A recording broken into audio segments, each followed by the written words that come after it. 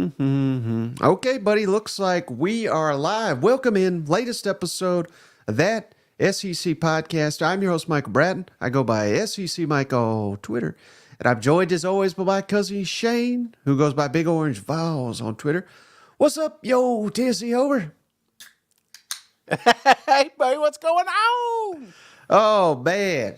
Just when you think there's nothing to talk about, they drop a nuclear bomb of college football excitement on us, Shane. Late last week, EA Sports releases the upcoming college football game teaser trailer. I wanted to go live right then. I think you were at work or something, but heck, we're just going to do it here. How's that sound? Not gonna be a lot of work done when that game comes out, Mike. I'll tell you right now. Now's the time to start building up those PTO hours because you got a dynasty to run. Yeah, no doubt. So I thought it'd be fun, Shane. And again, don't throw Shane under the bus because I'm the one that put this. Shane likes when I do these lists, so he can sit there and just critique them, so the fans can get mad. But don't get mad at Shane. Get mad at me because I've got a list, Shane, of the top 25 players from the SEC ranked on the upcoming college football game. So this is me projecting a little bit, but I think I nailed it. I think everybody's going to be happy with this. How's that sound? Absolutely, man. It sounds great. And you know, speaking of that game, that's the list I keep seeing around. It's like, well, who should be on it? You know, I think right now, if you may, don't quote me, but I believe Deion Sanders is right now the favorite to be on the new NCAA game. One of the guys I saw online, he suggested instead of, you know, how we have Madden for the NFL, that we should have Saban for college football. So it'd be like the Saban 25 or instead of Madden 25, you know, something along those lines. I think that Saban should get some sort of recognition. But again, there's 11 years of Heisman candidates and winners that didn't get the opportunity to get on this cover. So I'm ready for any kind of list you want to throw at me today, Mike. What about, I'd like to see the Pirate somewhere on it, like in the game, on the cover, however they got to do it. Give me the Pirate, give me the Goat, Pirate and the Goat put together. That's my ideal cover. Well, I think it's great, man. And they did a little teaser, but I would like to see some of these old clips of coaches talking and things like that because, I mean, this is say what you want, man. We played this last NCAA for 11 years. Well, some of us did, and it's a part of your history. It's a history. So these younger kids, when they get on there, they can be reminded of maybe some of those great coaches that are no longer around with us. So yeah, I think there's a lot of cool stuff that they'll be able to interact with the games, and I hope they don't fumble it, man. I really do. I hope they don't fumble this damn thing. Change Madden and just put college football jerseys on them. You know, I'd be pissed off. Well, let's not get negative, Shane. We just got this great news. You're sitting here crapping all over it already, but hey, we'll get to that in a minute, Shane. We also got a couple other news items around the SEC, and one that really went kind of viral late last week, Shane. I don't know if you saw it. I'm going to play the clip here. This is Texas AD. This is someone we got to get to know. He's been in the Big 12. He's coming to the SEC. The AD, Chris Del Conte, gave a State of the Union down there in Austin late last week, and he gave an update. He was asked, are we going to be playing Texas A&M every single season? Here's what Texas AD Chris Del Conte had to say about that. Are we going to play A&M every year? That is the goal. That is the goal. I know we're playing this year at our place, and they'll come back the following year. We know that that important for us to play that rivalry. For those that are a little older, Arkansas is a major rivalry as well. And those that lived through the 60s and 70s, for Coach Broyles and DK, Darryl Royal to retire on the same day in 1976 in our stadium is awesome. And to replay those two, so that game will be an annual game. Obviously this year it's going to be played on Saturday. My goal is that we move that game back to Thursday. But obviously it was just the first year of trying to get in. We have 8-game schedule right now. We're working on going to a 9-game schedule, but we have a ways to go that. So I would say this year we have an 8-game schedule. The following year we have another 8-game schedule. Then we'll look at going into a 9-game conference schedule. So that's that. Next slide, please. All right, Shane. So the two things there that stood out, of course, the fact that, he says the SEC is working hard toward moving towards a 9-game schedule. Yeah. And I saw this reported right after. I mean, people just assumed that he said, hey, we're going to a 9-game schedule. He said it there. They're working towards it. Nothing's been finalized, but that's seemingly at an annual offseason debate we have. 8 games, 9 games. What in the world are they doing here? But clearly, it seems to me that they are looking to go to that 9-game schedule.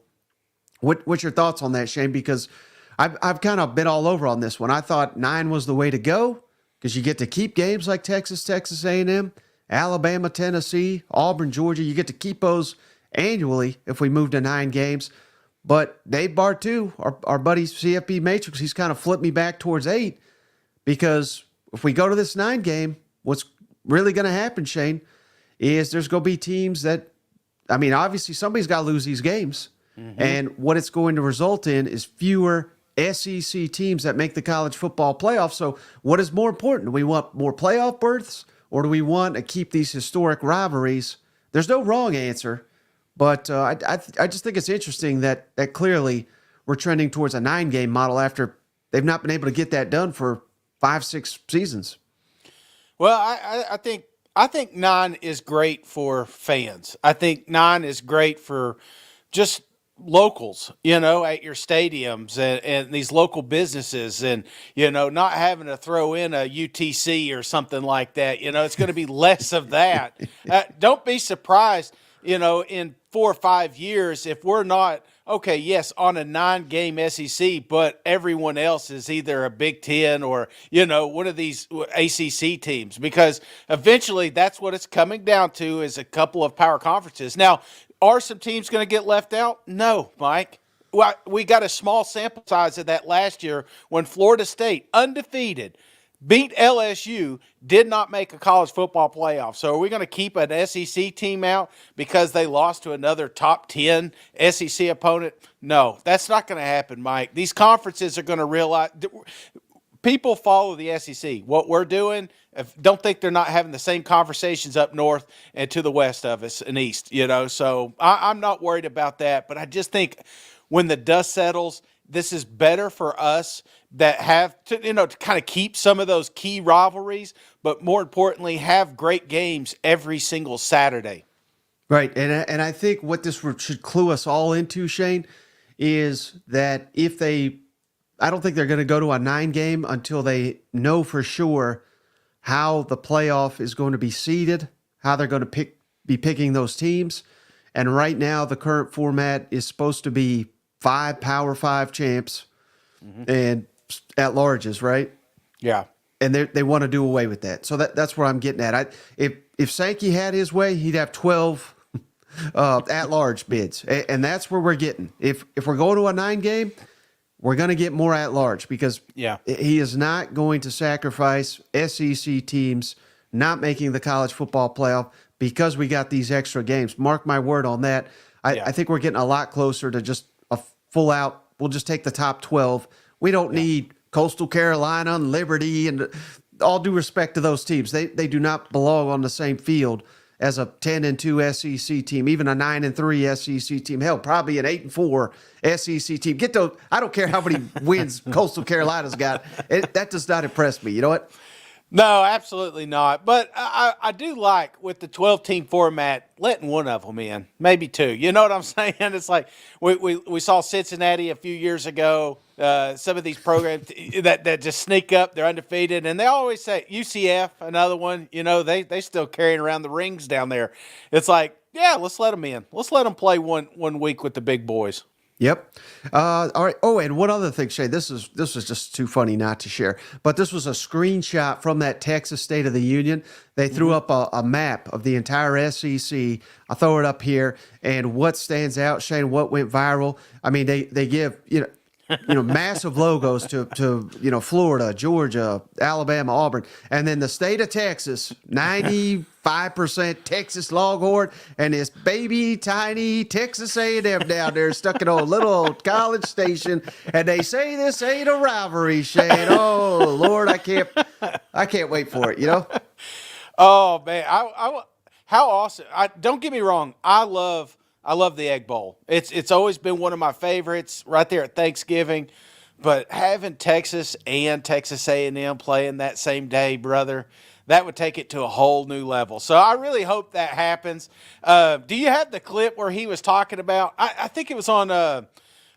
He was talking with Billy Lucci. Did you hear that one?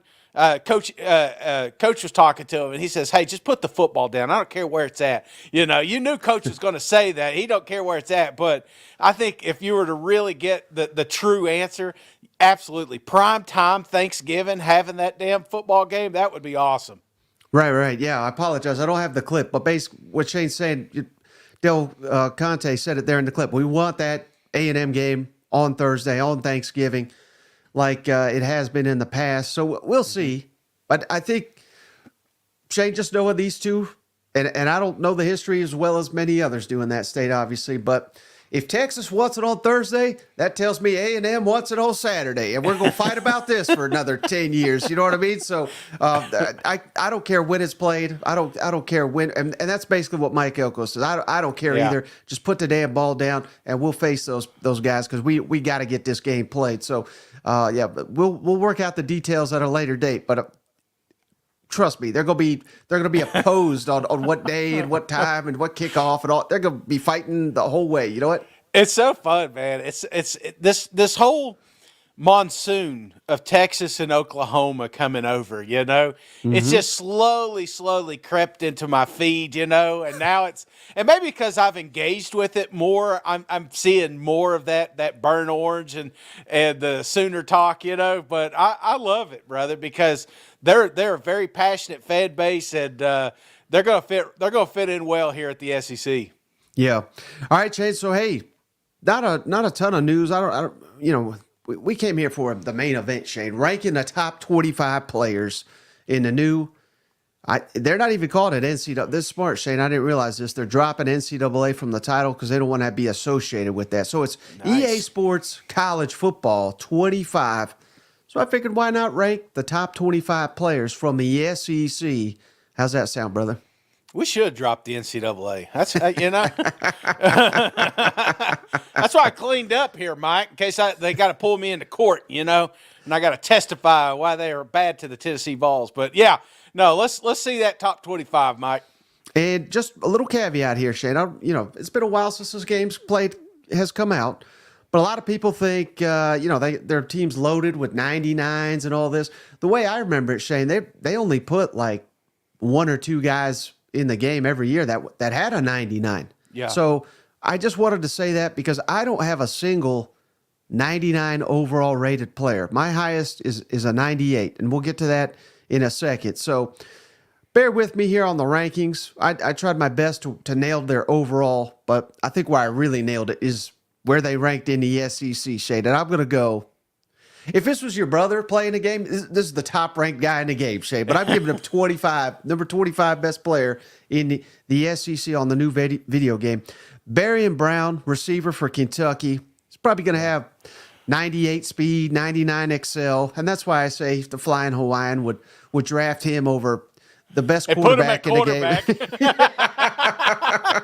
But Barion Brown, he may not be one of the best receivers in the country, even though he's getting there, but he's an elite kick returner. It's just the all-around attributes that Barion Brown's. He's going to be a dynamic player that if you're a Kentucky fan, you're going to be getting Barion Brown the ball as often as possible in this video game. You know what?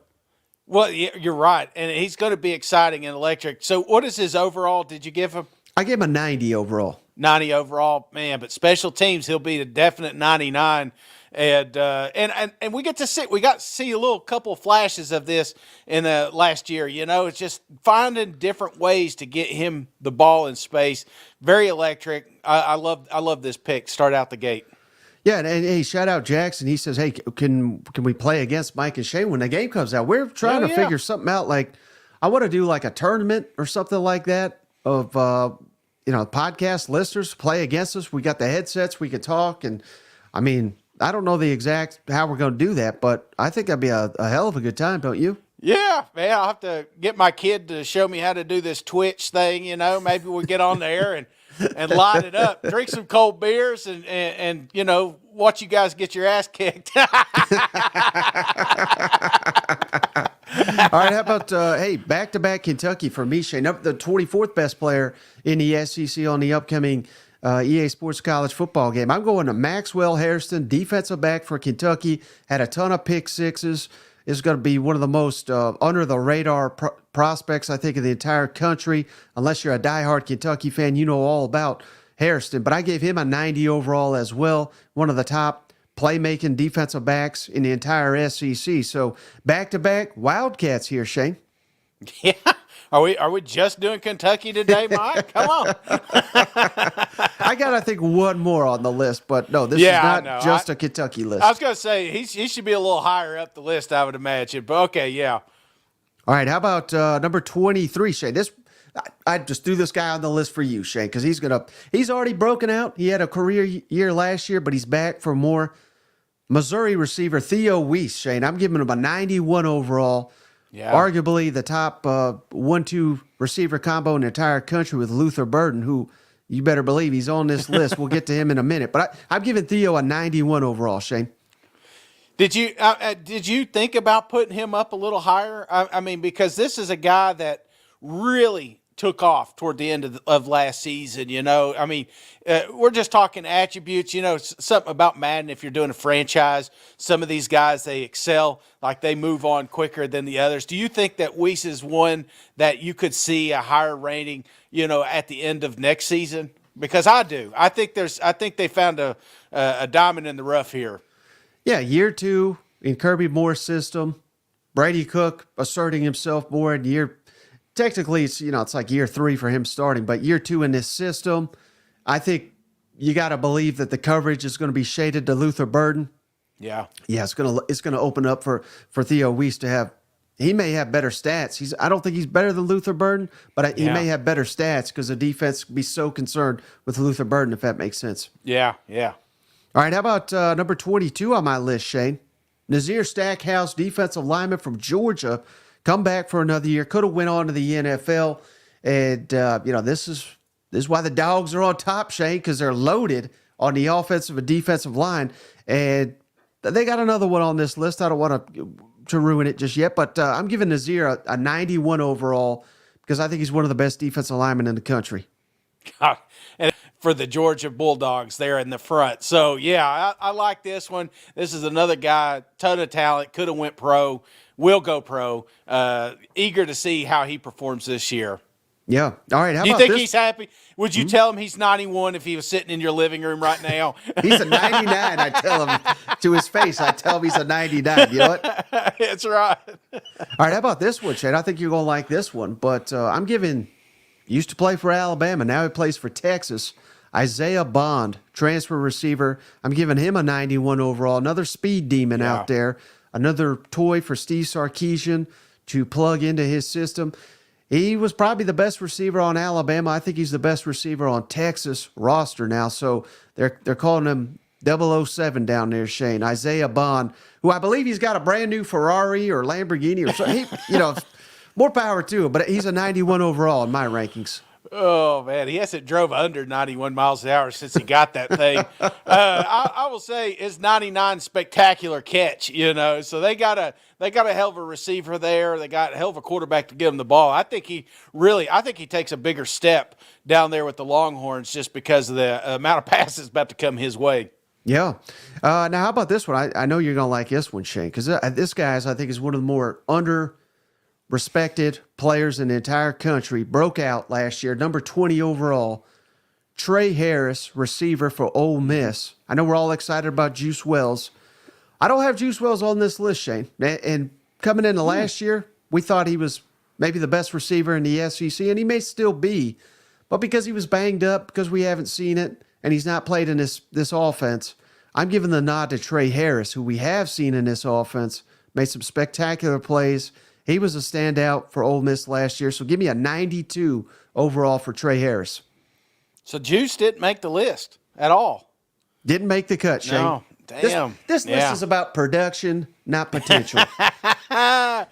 Oh, I don't know, man. I don't know. How can you talk about him being one of the best receivers and then say, you know what, he ain't even top 25. Get him the hell out of here. I think you're right about Tre, and I would make an argument that both him and Juice should be in the top 25 because the fact if they're both on the field at the same time, we saw it with South Carolina.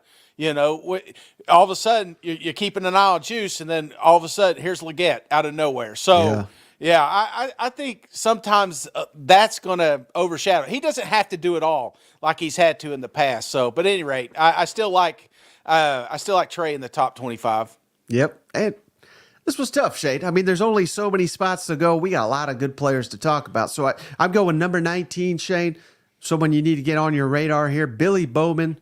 Defensive back, Oklahoma. I'm giving him a 92 overall. Could have went to the NFL, came back for another year. He was first team all Big 12. I think he's going to be one of the more dynamic defensive backs in the SEC next season. So can't wait to see Billy Bowman with that SEC logo on his chest. Absolutely. Hey, shout out Wesley. He just gave us $5, Shane. Thanks for sending me the koozie, Mike. Go Vols. Go Vols, Wesley. Cousin Wesley coming through. Yeah, and we got some, let's see. Oh, yeah, we got some Vols on here. Don't worry, Wesley. They're coming. Number 18, Shay. Let's go break the Gators' hearts. I hate to do it, too. But Trevor Etienne, outstanding running back, now at Georgia, one of the more explosive running backs in the country, and someone that, quite frankly, I don't think he got the ball enough in Gainesville, Shane. Now he's getting the ball in Athens. And, I mean, he was already respected as one of the best players in the country. But I think with a more dynamic quarterback and offensive line, I think Trevor Etienne is going to explode this year.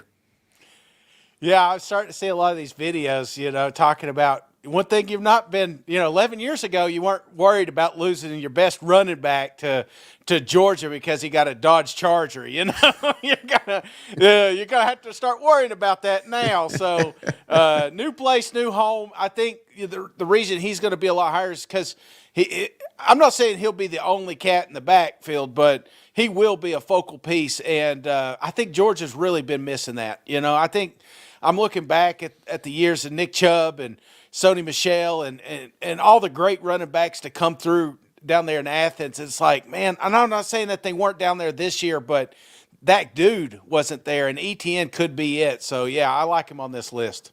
Right, yeah. I mean, when they're winning championships, players like Cook stand out. So many big-time playmakers down there. They're solid, but not spectacular at running back. I think they could be back to spectacular this year. Who also is spectacular, Shay, number 17 on this list, Will Campbell, left tackle, LSU. He's been starting since his true freshman year. He's now coming into his junior season. So we got to give some more big men some love here, Shane. I'm giving him a 93 overall, and he's going to be the blindside protector there for old Garrett Nussmeier. Absolutely. We could have just done all offensive line, and I would have been happy, Mike, because you're right. They don't get enough respect. But this one is one of, if not the best in the business, and there's a reason that NFLs cannot wait to get their hands on him. Shout out Michael Weaver. He says, I think he's talking about Etienne here. Awareness rating 17. He ran out of bounds against Missouri late. I love how we could throw these guys under the bus when they leave. They ain't worth nothing. You know what? We were making room. All right, 18. How about number 16, Shane? Breakout last year. He's one of the best pass rushers in the SEC. Shout out. We give some love to them Razorbacks, Shane. Landon Jackson on the defensive line, giving him a 93 overall. The hip man. Hope he's down at SEC Media Days again because we could use us a bodyguard. You know what, Shane? Absolutely. I'm telling you, man. The pictures don't do it. I say it every time because until you're shoulder to shoulder, well, you ain't shoulder to shoulder. If you're standing in a chair if you're next to this big old bastard.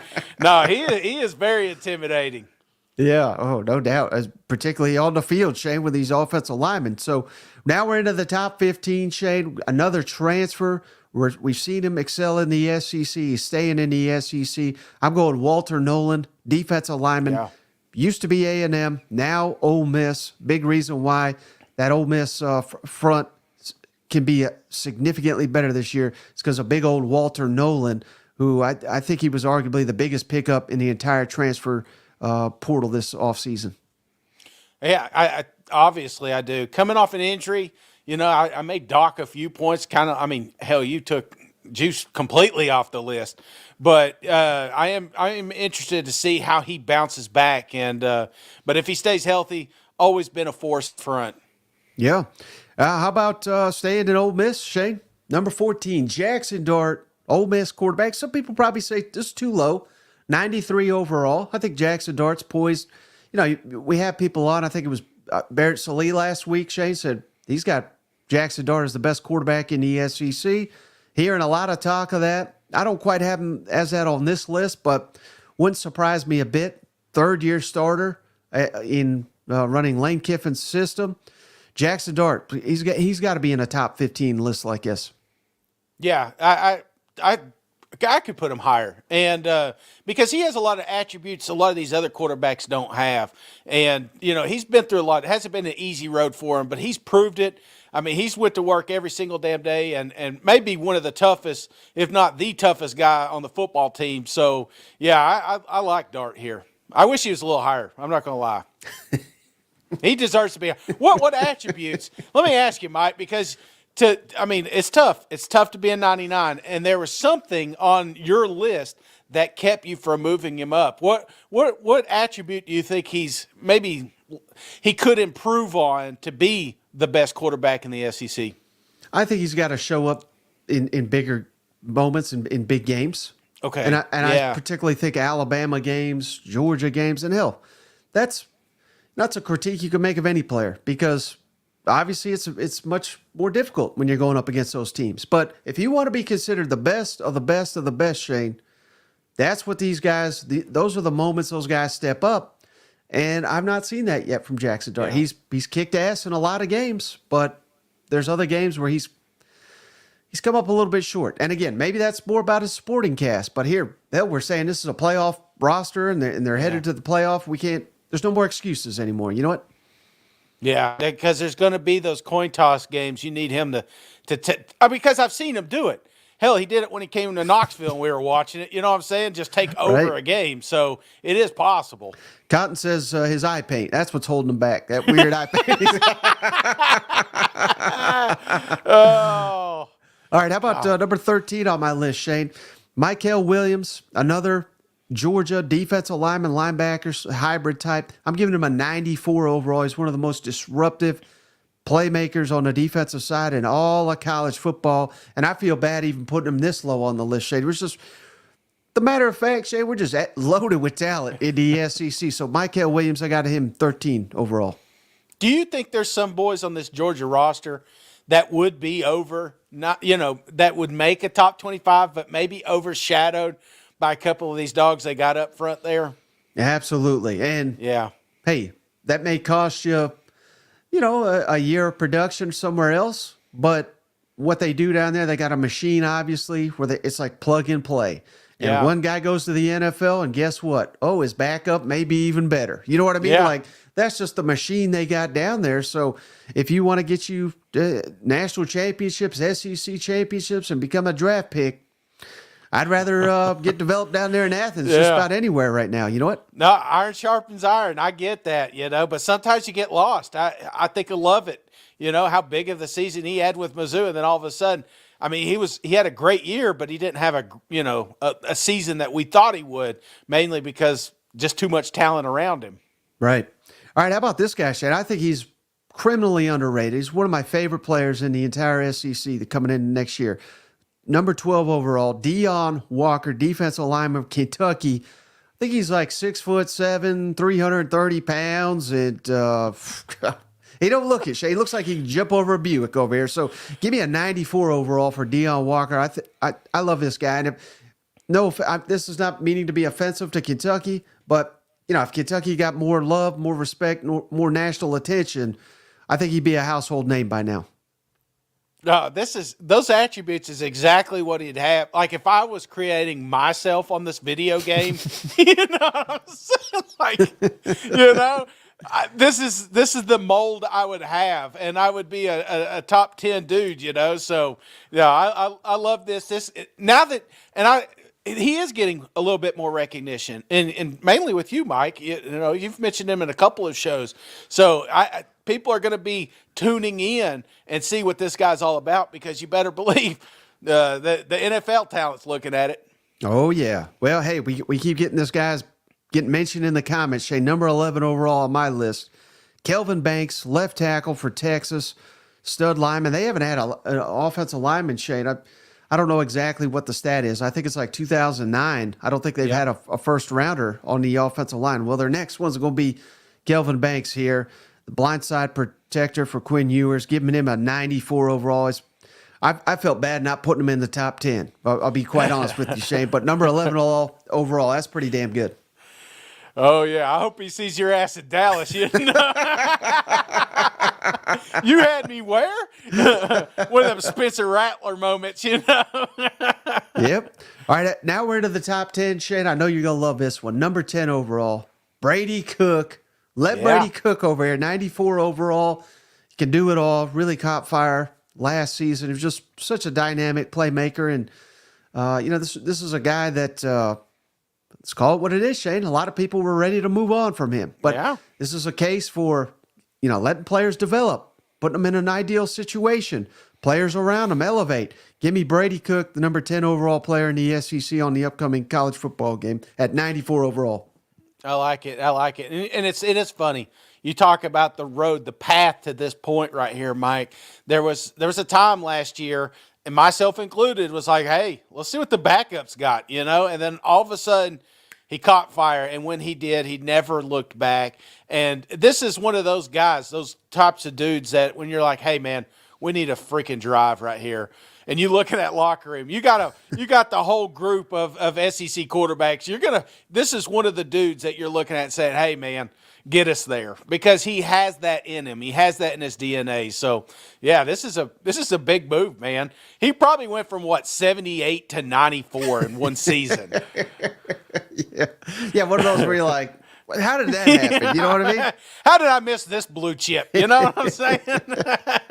All right, we're at the top 10. Number 9 now, Shane. Quinn Ewers, Texas quarterback. Can't wait to see him playing nothing but an SEC schedule next season. He torched Alabama's ass in Tuscaloosa, giving him a 95 overall, Shane. And it's going to be interesting to see what kind of production he has, obviously with the schedule ramping up, but also given the fact that a lot of his playmakers off to the NFL now. Now they've completely restocked with transfers like Isaiah Bond and Amari Nightblack, another Alabama guy tied in. So I'm not worried that he's not going to have weapons, but you just never know if guys are ready to be plugged in and ready in the chemistry with the new quarterback. But if Texas does special things this year, it's going to be because Quinn Ewers realizes that just his incredible talent, like we saw against Alabama.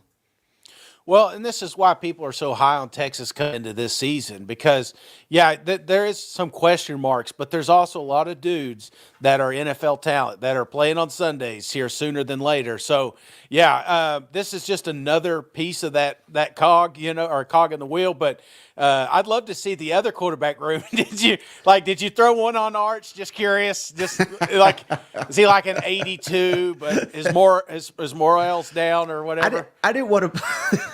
I didn't want to be mean, Shay, but I for a brief moment I considered ranking the guys that are going to be the most overrated on the game, and I was going to put Arch on that list, but I didn't do that. I didn't do that list.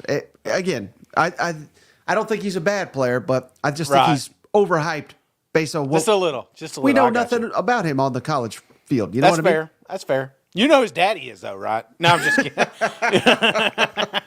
right, how about this one, Shane? Number 8 on my list, Danny Stutsman, linebacker, Oklahoma. They all thought he was going to the NFL. He got huge NIL deal, so, hey, more power to him. He's coming back to anchor this Oklahoma defense, heading into the SEC.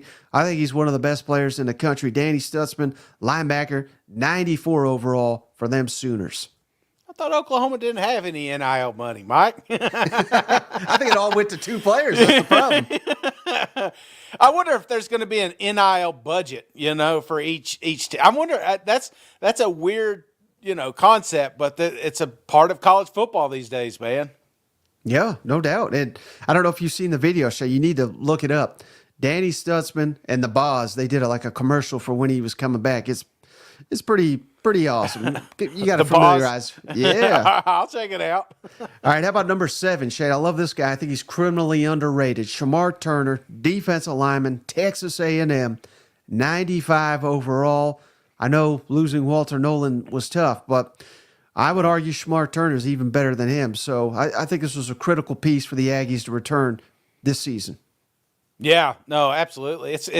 He's one of those guys, like at the start of last season, everybody knew Nolen. It was a household name. But at the end of it, you're like, wait, okay, yeah, that hurt, but it could have been this guy, So absolutely. This is for Texas A&M to hit the ground running. They're going to have to hit the trenches, and this guy is the trench. So you're going to go the other side if he's over there on the left. Yep. All right, number 6. I know you're going to love this one, Shane. James Pearce, defensive lineman, Tennessee. Yeah. I think he's got the potential. You're already hearing the buzz that he's going to be the top defensive prospect for the 2025 NFL draft. A long way to go between now and then, but he really broke out last season, completely dominated Iowa in the bowl game. Yeah. And a case could be made for him to be number 1 on this list, and I wouldn't have too much to say about that, but give me a 95 overall for James Pearce with just a massive ceiling he's got. Absolutely. And everybody knows it. This isn't a guy that's under the radar anymore. I mean, toward the tail end, I think I've listened to 5-10 minutes of how great this kid is. A lot of times it's the same thing over and over like Groundhog Day, but it's well worth it and well deserved because he is a freak athlete. And where'd you have him overall? I got him 95 overall, number 6 in the SEC. Right. Number 6, all right. That's big. That's big for Tennessee. Yeah. Hey, shout out Glowman Mike, Shane. He says, bring back Cousin Shane's walks with the top 100 historical moments in the SEC. Hey, when it warms up, maybe we expect you to be hitting the pavement there, brother. Yeah, I mean, I think last year I made it to 60s. I want to say, it was a good run, Mike. I've not quite hit 100 yet, obviously. I think over the 3 years you've been doing it, you may have collectively hit 100, maybe. Maybe. I got really good at cheating there for a little while. And I get, that's why Florida fans are like all pissed off because they're like, I know this bastard didn't do 30. That's the one thing I didn't cheat on. But yeah, I was going out. Yeah, you didn't sweat enough that day. Yeah, no, I didn't have enough. I'm not going to do that bet ever again, but the 100 days, the 100 walk, that will be kicking off. Big Orange Walks, the 3rd year. This is the year. I'm feeling lucky, Mike. I'm feeling good. Hey, yeah, we would believe in you. Cousin Zach coming through. Yeah, appreciate you, Cousin Zach. $10 donation. Who do y'all think's last longer in the SEC? Brian Kelly or Vanderbilt? I mean, I would have forever said Brian Kelly is not going to last that long compared to a friggin' program that was a founding member. But I don't know, the way things are trending, I think Brian Kelly's got a longer life than potentially Vanderbilt in this conference. God, how upset were they when they heard they're going to a 9-game SEC schedule? Yeah, so I appreciate you, Zach. If you're a Brian Kelly fan, I think you got to be excited. Oh, hell yeah. All right, how about we're in the top 5, Shane. This is going to be controversial. Oh, we're beyond that, Mike. I can't believe all the disrespect this man gets. Give me Jalen Milroe, Alabama quarterback, 96 overall. Hell, Shane, he finished 6th in the Heisman vote. Now, do I think from start to finish he was the 6th best player in the country? No, I do not. I think he got that Bama bump, Shane, and it is what it is. You win the SEC, you're the quarterback at Alabama, you get that bump. But I just started to think about it, Shane. Games like the Georgia SEC championship game, I mean, he's a big reason why they won. and he made the throw in the Iron Bowl. So, I mean, of course, because he was quarterback, they were in that hole. But let's overlook that, Shane. I think Jalen Milroe, playing for Caleb DeBoer, is going to be one of the best quarterbacks in the country next season. Jalen Milroe, give me 96 overall, top 5 player in the SEC. Wow, man. I'm trying to figure out if you hate Nick Saban or if you're just looking for redemption here, because I did not see this coming. Now, I want to be crystal clear here, Mike. Is this what you're expecting the overall attributes to be, or are you saying this is what it should be? I'm trying to grasp here, because that's what people are going to say. When the game is in our hands, yes, this is how the rankings will look. That's what I'm saying. Okay. So, because you're not sitting over there and saying, hey, he's a better quarterback than Jaxson Dart. He's a better quarterback than Ewers. You're not saying that. You're just predicting what the overall attributes will be when this game is in your hands. Yes, sir. All right. I'm putting a little asterisk because they're coming after you, Mike. This one's going to be a controversial one right here, because I agree with you to a certain level. I think the fact that he'll probably be one of, if not the fastest quarterback in the league, so that's going to bump your overall. And there was some big games he shines. So I think overall I could get behind that. But there are a few things that he's not as good with some of these others, and a reason potentially they lost to Michigan. And I'm not putting all that on him, but I'm just saying there's a reason he's not a 99. So right. Yeah, I'm buying into it, but slowly. I got to be honest with you, Shane, and maybe because I was trashing Alabama for 9 consecutive months, but there was one quarterback that scared me the most when he threw a damn rocket last season in the SEC, and it was Jalen Milroe. I mean, I don't understand people say he can't throw. I mean, he's got the best deep ball. No, I didn't. Yeah. Accuracy and all this. I mean, he was hitting them, time after time after time.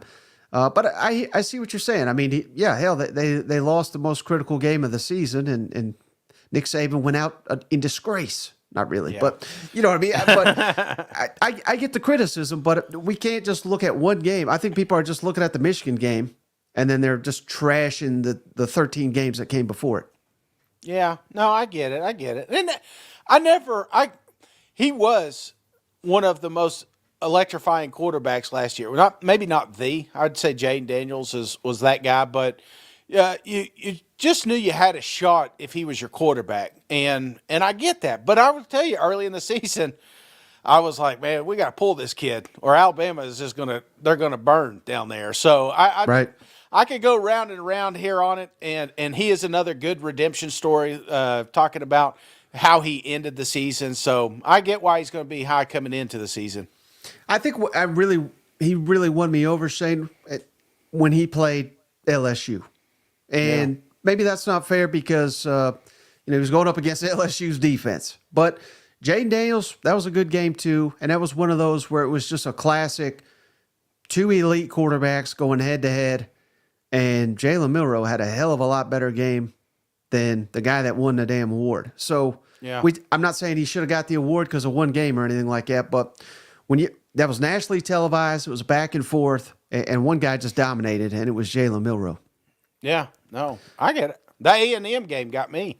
I think that was when he grew up, in my opinion. So, but anyway, and that's why we were clowns the following day. But wore a lot of makeup for that one.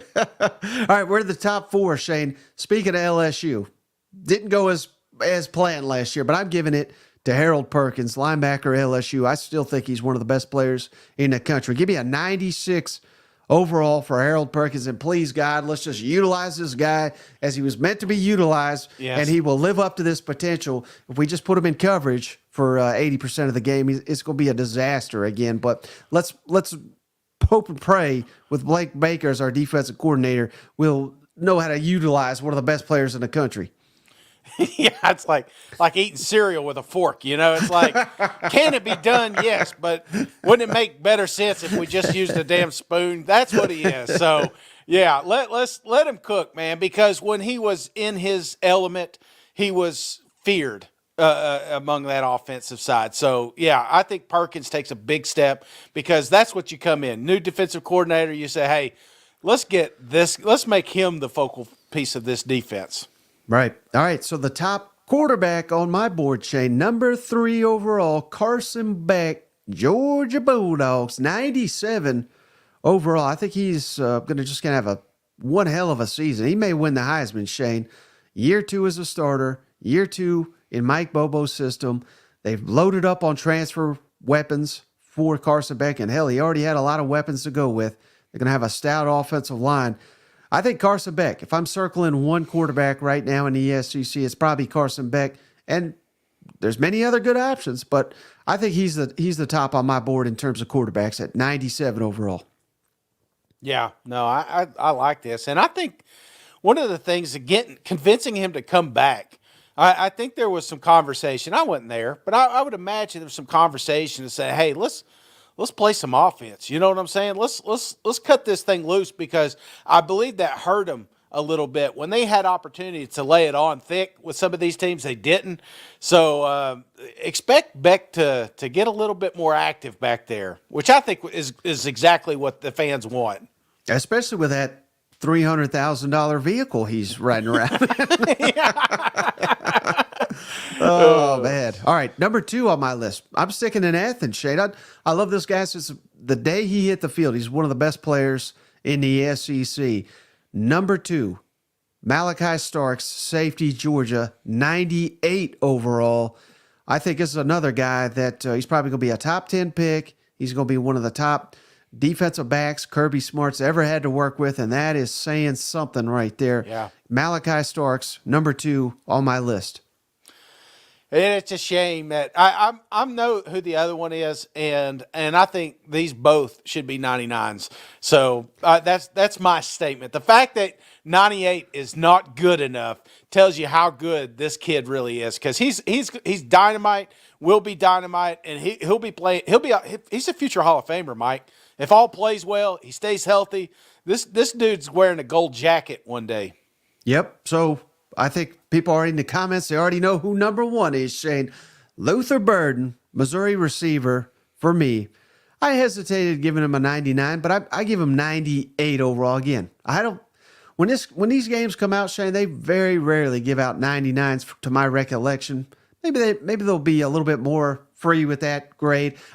To me, I feel like a 99 is reserved for, someone that dominates, wins a Heisman or something like that. In the rare instance they've returned, like a Johnny Manziel, like Bryce Young, players of that caliber. Peyton Manning, I know he didn't win the Heisman, should have, but the elite of all time.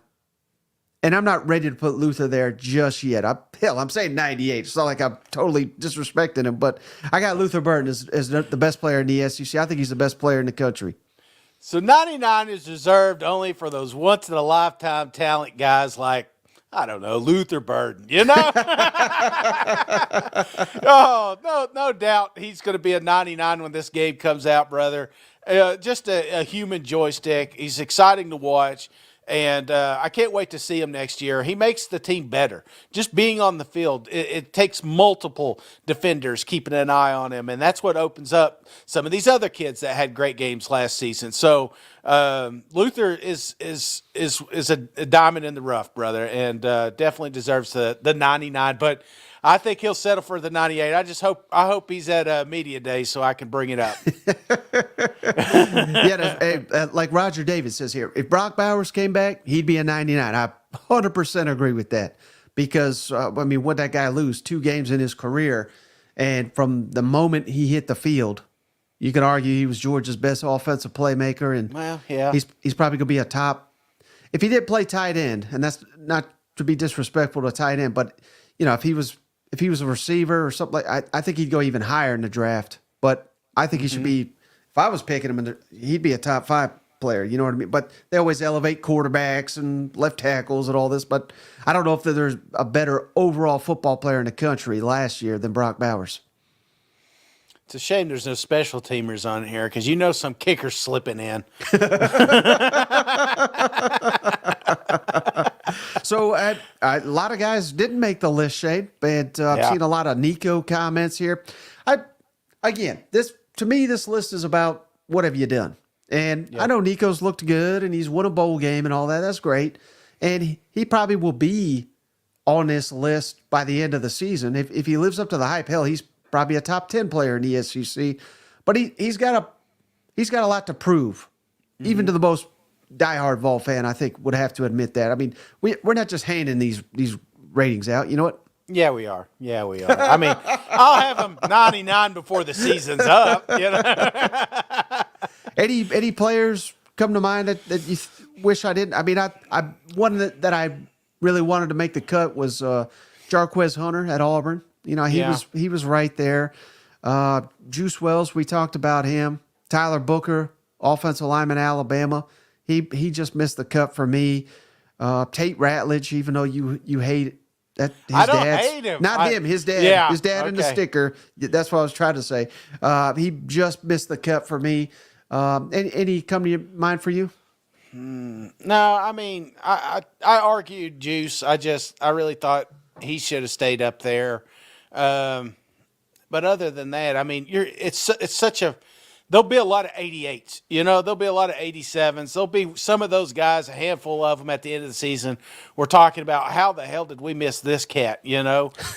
Where did Cody Schrader come from? You know, it's just like we're going to have those dudes that become 98s and whatnot. But when this video game comes out, I think they're going to base it off what they've seen, like you said. And it's tough to do that for kids like Nico. I mean, yeah, he's had one game and a handful of part-time play, but doesn't mean he won't be. It's just they're going to have to prove it. Right. And another one I thought about, Dylan Sampson, Tennessee running back. But again, I think he could be on this list. He probably should be by the end of the year. If he stays healthy and he's Tennessee's #1 running back, he may be top 5 in the SEC in rushing, something crazy. Hell, he may lead the SEC in rushing for all I know. But again, he's not. He was #3 last year at Tennessee. So I'm not just throwing him on a list like this, if that makes sense. Again, I think you could throw a dart in George's locker room and land on a few of them. You know what I'm saying? So, no, there's going to be there.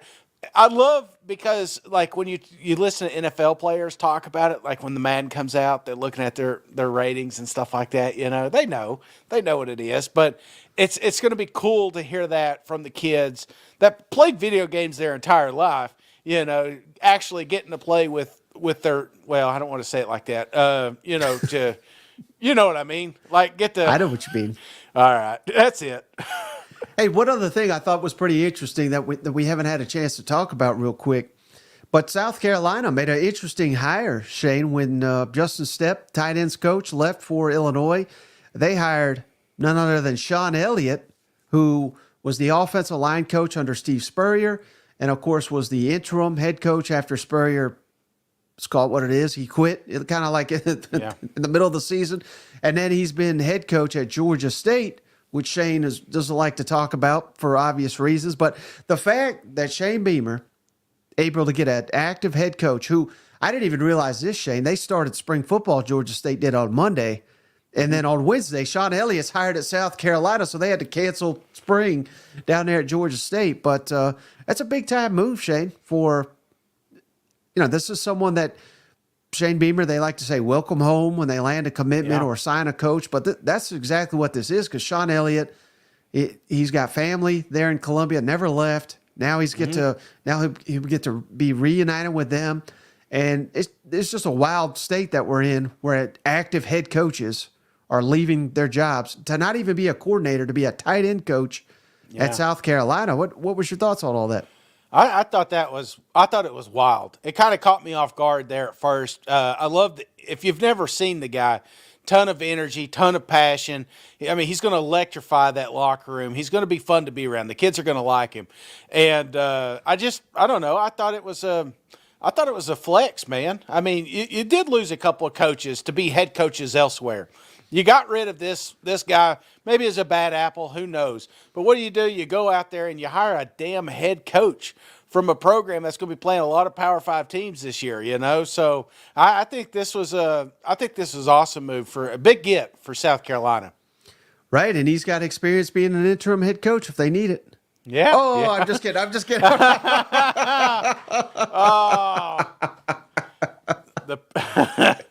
The Bobby Petrino hire here, isn't it? But no, I think you're absolutely right. The fact that they were able to lure this guy to South Carolina, I think that is a flex by Shane Beamer and company. And you literally could not have done any better because you're getting a guy that's popular with the fan base.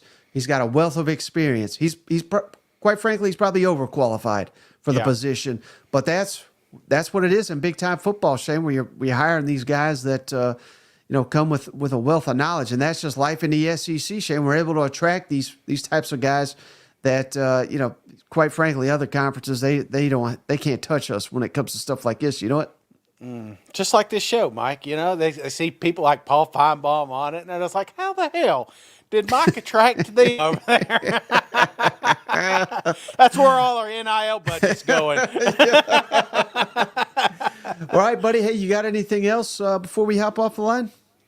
No, man. It was good to catch up with you. A lot of people keep asking where I'm at. I've got another